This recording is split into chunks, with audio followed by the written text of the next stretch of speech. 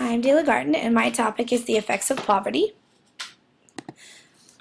As of 2010, 22% of American children live in poverty. That's according to the American Psychological Association.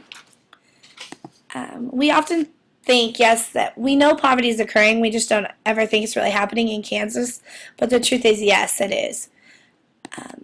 According to the National Center for Children in Poverty, 18% of children live in poor families in Kansas alone. That's a total of 124,890 children.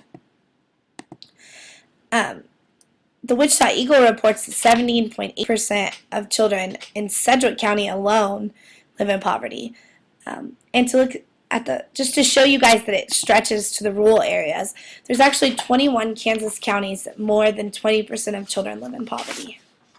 Now that we know the large amount of children that are currently considered living in poverty, we find ourselves questioning what that means.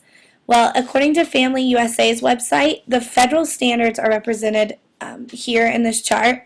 To be considered 100% in poverty with a 4-person household, the combined income level is a mere $23,550 a year. Children who grow up poverty-stricken are thrown into a somewhat unfortunate lifestyle. Just as children from any other socioeconomic status, they encounter both positive and negative experiences. However, according to John W. Sandtrack, the negative experiences that children labeled poor experience are often more severe than those of the middle socioeconomic status. The poor are often powerless. They often have powerless feelings due to the types of jobs and the lack of prestige they have. They're also often vulnerable to disaster. It's harder for them to bounce back when something happens, and their alternatives are also restricted.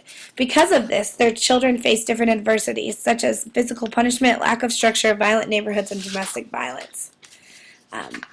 This chart shows you the difference in children of poverty's exposures to certain risk factors compared to the children of middle socioeconomic status. One of the places I think that really shows you how poverty takes a toll on both parents and their exposed children is the fact that family turmoil is so much higher for children of poverty than children of middle SES. Does it really matter if these children grow up in poverty? What's it matter if we have money or not? Well, the answer is yes, it does really matter. Psychological research has demonstrated that living in poverty has a wide range of negative effects on the physical and mental health and well-being of our nation's children. The exposure to risk factors due to poverty leads to physical health problems, psychological health problems, and educational problems. According to Life magazine, childhood poverty causes lasting effects on the brain and on the way DNA is expressed. Poverty lifestyles expose children to adversities, which increase their risk of certain health issues. Low birth weight. Poor nutrition is a big one. Health food is expensive. Vitamins are expensive. The doctor is expensive. This is just one of those things that prove poverty children are at health risks. Chronic conditions such as asthma, anemia, and pneumonia seem to be greater. To look at psychological problems, according to the American Psychological Association, children of poverty are at a heightened risk for both behavior and emotional issues. Some of these behavioral issues include impulsiveness, inadequate peer relationships, aggression, attention deficit hyperactivity disorder or ADHD, and conduct disorder.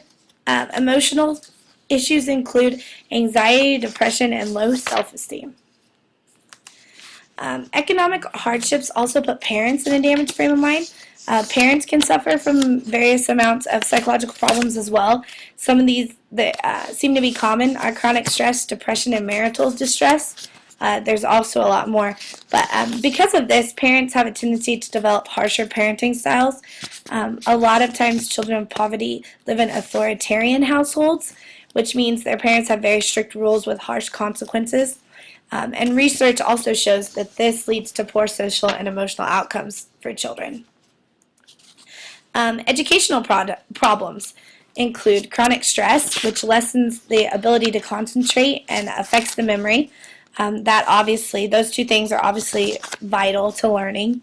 There's also a higher dropout rate among poverty-stricken children, and they often attend poor school systems. Inadequate education is a biggie because it really plays into that cycle of poverty. It's really hard for children who grow up in poverty to not be poverty-stricken as adults as well. What's being done? There are several different types of programs in place.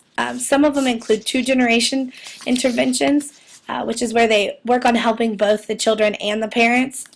Head Start would be an example of that.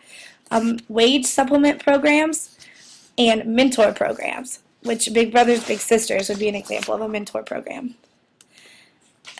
Hopefully we all find ourselves asking the question, can I help? As future teachers, the answer is yes. We can all help.